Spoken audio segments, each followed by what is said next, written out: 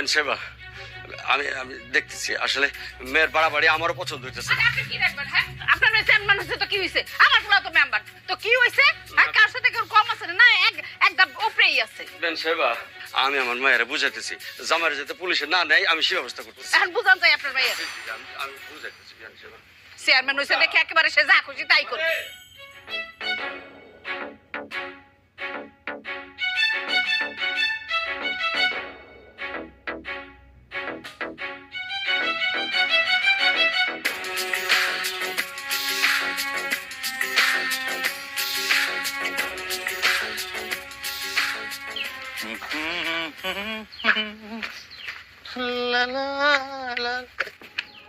আসসালামু স্যার। ওয়ালাইকুম আসসালাম। স্যার কোন সময় এলেন?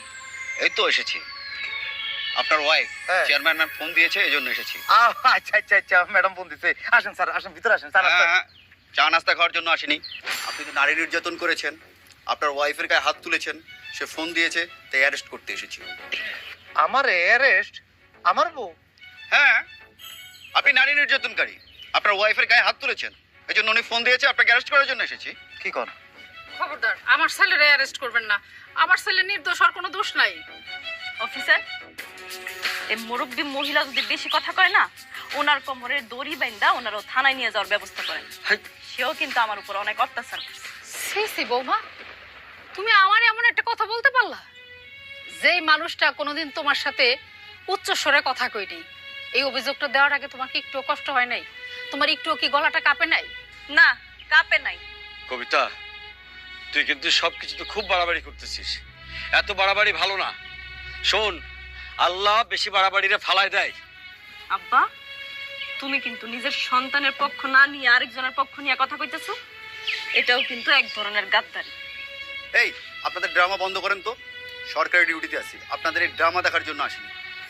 ম্যাডাম, আপনি কি আপনার অভিযোগ তুলে নিতে চান? না, আমি চাই এই মেম্বারের উপযুক্ত শাস্তি হোক। সে আমার উপর অনেক অত্যাচার করছে।